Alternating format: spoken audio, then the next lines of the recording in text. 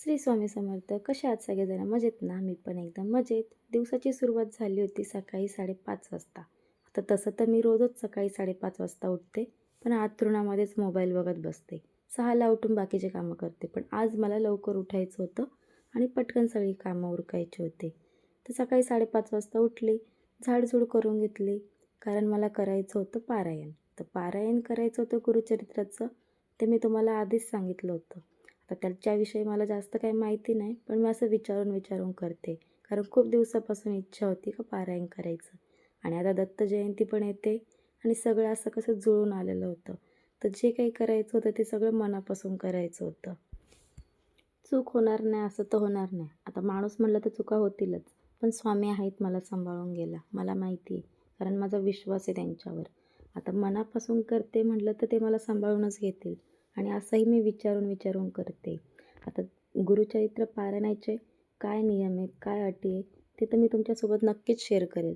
पण म्हटलं आज नको, नेक्स्ट व्हिडिओमध्ये. आता पुढचा व्हिडिओ मी कशी पाळते, कोणते नियम नियम पाळते मी आणि सुरुवात कशी करते काय, ते सगळं मी तुमच्यासोबत नक्कीच शेअर करेल. तरी ते आवरून घेतलं आणि आली होती वरच्या रूममध्ये, कारण माझं देवघर वरती मी तुम्हाला सांगितलंच होतं. मार्गशीर्ष महिन्यातला पहिलाच गुरुवार होता आणि तोही माझा उपवास होता. ती पूजा मला मोडायची होती, तर तेच मी करण्यासाठी वरती आली होती. तशी देवपूजा तर मी इथे केलीच, पण बाकीच्या नंतरला मी गुरुचरित्राचं पारायणाची पूजा वगैरे ते मांडायचं होतं, ते नंतर मांडायचं होतं. आधी तर मला माहितीच नव्हतं गुरुचरित्राचा काही पूजा वगैरे मांडायची असते, पण असंच विचारून मी केलं. तर आता हे सगळं मी मुखवटा वगैरे सगळं व्यवस्थित ठेवते, जेणेकरून खराब नाही होणार. पूजा वगैरे मोडली, मस्त अशी रांगोळी काढली आणि मस्त पिवळा कलर भरला, कारण स्वामींना पिवळा कलर खूप जास्त आवडतो. तर रांगोळी वगैरे काढून घेतली, खाली आली. वरची तर देवपूजा झालीच. स्वामींना पिवळा रंग आवडतो म्हणून मीही पिवळ्या कलरची साडी घातली. आज पहिलाच दिवस होता ना म्हणून. त्याच्यानंतर मी उंबरठा पूजन करून हळदीचा लेप लावून घेतला उंबरठ्याला आणि इथे तुळशीला पाणी घालत होते. तुळशीला पाणी घालून झाल्यानंतर राहिलेली पूजा देखील मला करायची होती. आता तुळशीला पाणी घालायचं आणि उंबरठा पूजन हे तर माझं रोज असतं बरं का. नाही तर तुम्ही म्हणशाल पारायण करते म्हणून करते की काय, तर नाही. उंबरठा पूजन मी दर शुक्रवारी करत असते आणि तुळशीला पाणी घालायचं म्हणाल तर ते रोजच असतं. तुळशीला पाणी घालून झालं आणि मी परत आले तर उंबरठ्याजवळ. उंबरठ्यावर मस्त असं स्वस्तिक काढून घेतलं. दोन्ही साईडला 5-5 बोटं ओढून घेतले हळदी कुंकवाचे.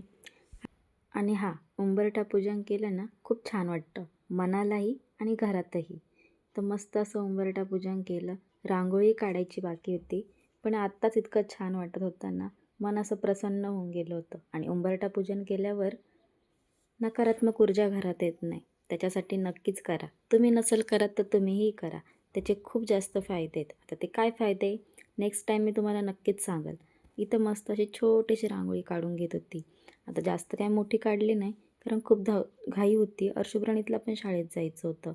तर छोटीशी मी रांगोळी काढली आणि रांगोळीमध्ये सुद्धा पिवळा कलर भरल्यावर का तर स्वामींचा आवडता रंग आहे ना पिवळा, त्यासाठी.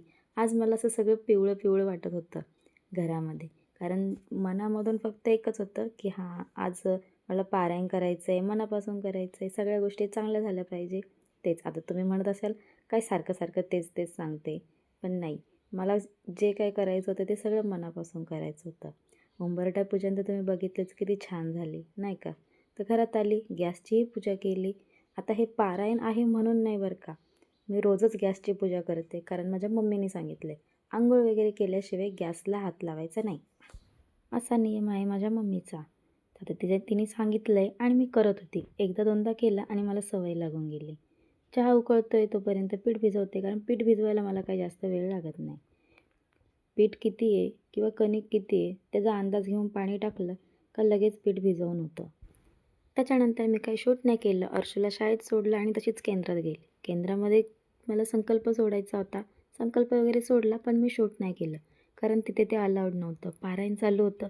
तर नेक्स्ट टाईम कधी गेली तर नक्कीच तुम्हाला आमचं केंद्र दाखवेल. घरी आल्यानंतर पूजा वगैरे मांडून घेतली आणि पारायणाला सुरुवात केली. आता ती पूजा वगैरे मांडायची मला माहीत नव्हतं, पण मी फोन करून किंवा असं समोरच्यांना विचारूनच या सगळ्या गोष्टी केलेल्या होत्या.